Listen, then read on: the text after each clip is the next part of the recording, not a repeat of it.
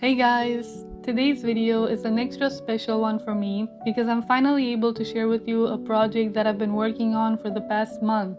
A composition of 9 wildflowers. It's been something I've been wanting to make for some time now, but I knew it would take me a while to complete, so I would often set this thought aside and work on other projects, but I finally decided to just take time and do it. It was an interesting experience which didn't come without its struggles, as I will share very soon. Now, without any further ado, let's get started.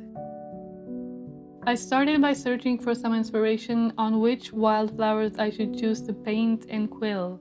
I have this cute botanical book with a variety of wildflowers, and it came in very handy for this project. I also did a bit of searching on the internet, and then I finally decided to choose the 9 flowers you will see me quilling very soon.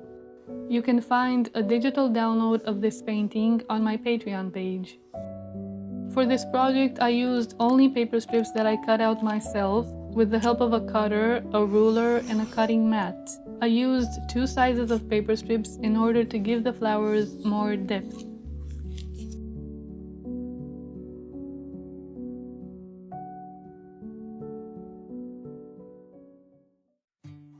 The first flower I chose to make is the red clover. I thought it would be interesting to try and see how I could quill the spiky or pointy petals of this flower. And since it is a well-known wildflower, I decided to include it in my project. My struggle with this flower came from the very beginning when I started painting it. My first thought was that I messed up and I might have to restart because I felt like it wasn't going to look good. But then I told myself to just continue with it and maybe see how I could somehow make the painting look a little better with a second, darker layer of paint. Well, that helped, and in the end, things got better, so I fortunately didn't have to restart my painting and could continue with my work. The highlight of this flower were the quilling spiky petals, which were a challenge to make, but I really liked how they turned out. It just makes the flower unique amongst the others. Also, just a quick mention, if you hear birds in the background noise of my video, it's because my window was open while I was working and the birds were and are chirping a lot these days.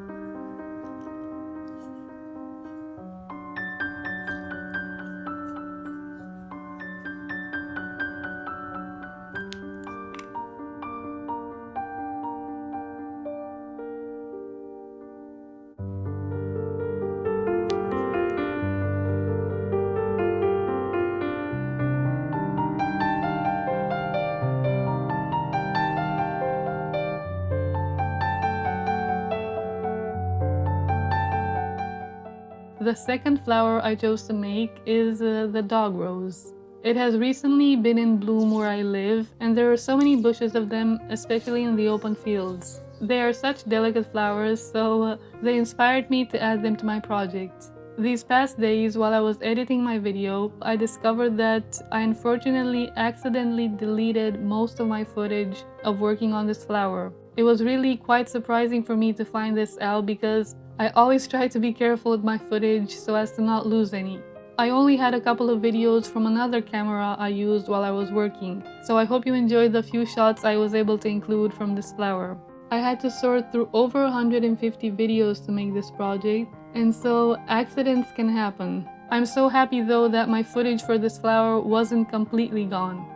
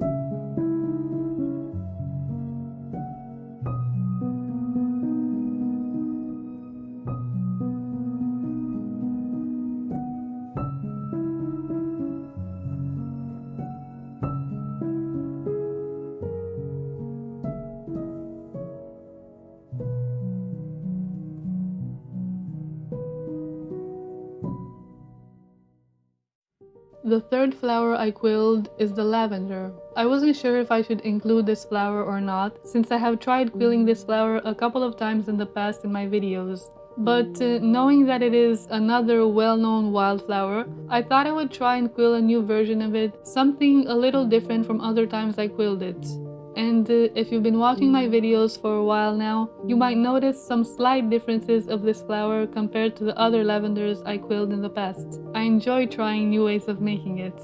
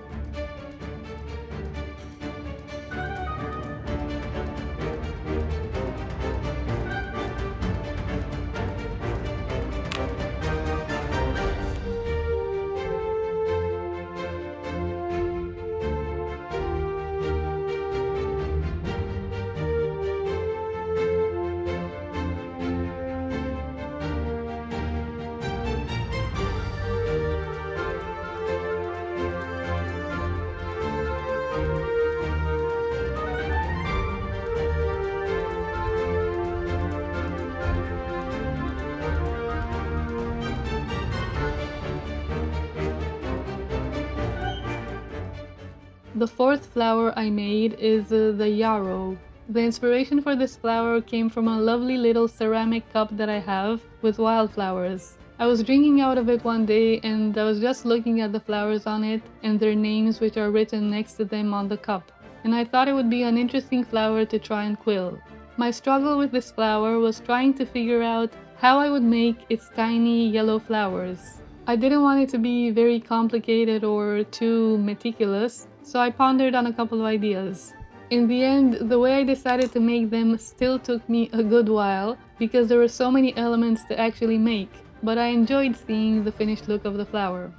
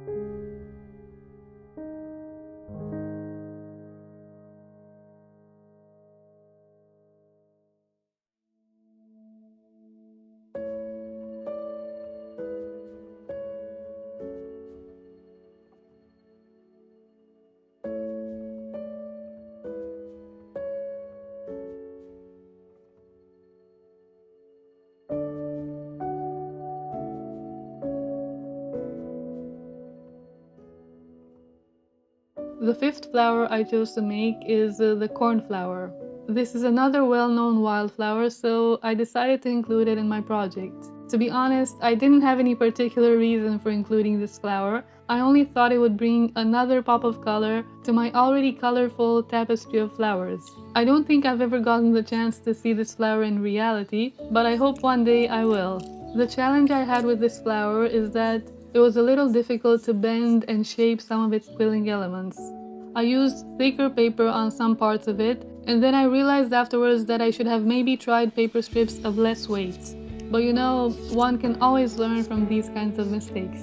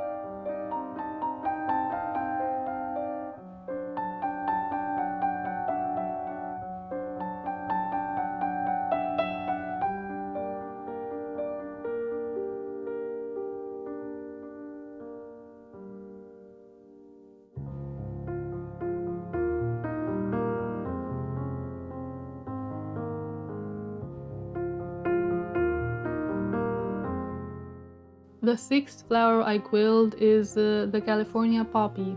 I always enjoy making poppies.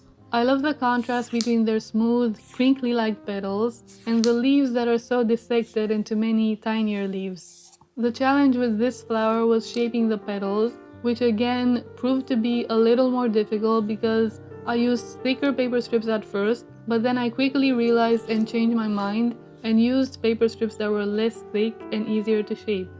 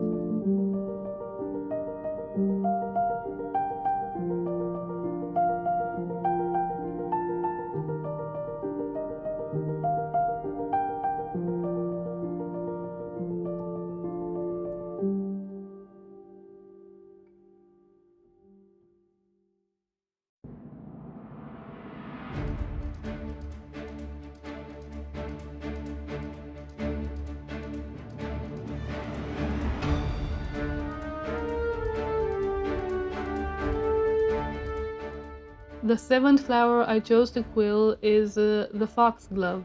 This was not a flower that I would have chosen to quill anytime soon because I was never really drawn to it, and I also thought of it as challenging. But I decided I would include it in my project because I remember it was requested a couple of times in the past by different people, if I'm not mistaken. And I also took it as a personal challenge for myself to try and make it. I will admit that I did struggle a bit in quilling it, and I worked on it a few days, making and remaking its flowers until I was satisfied with my first attempt at it anyway. I actually enjoyed staring at it at the end, but I also had some ideas of things I could maybe try and do different next time. For my first try, I was pleased.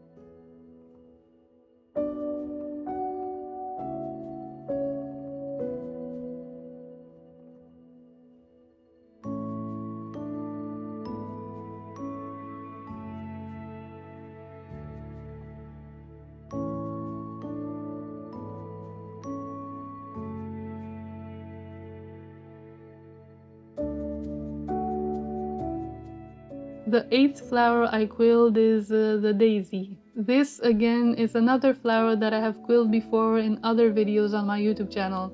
But I couldn't resist not including a flower from the daisy family because it's one of my favorite flowers. I tried to combine different techniques of quilling in making the daisy this time around, and I was happy with how it turned out. So I hope you enjoy seeing the final result just as much as I did.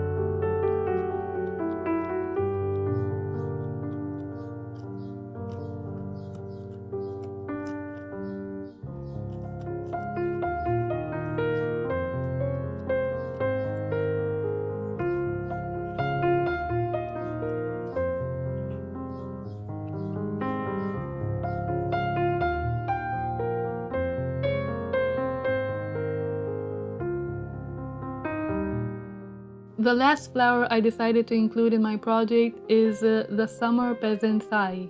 I had never heard of this flower up until last month when I was doing my research. So while I was looking through my botanical book with wildflowers, I found this cute flower and was inspired to try my hand at quilling it. It was also another pop of color that I could include in my tapestry of flowers.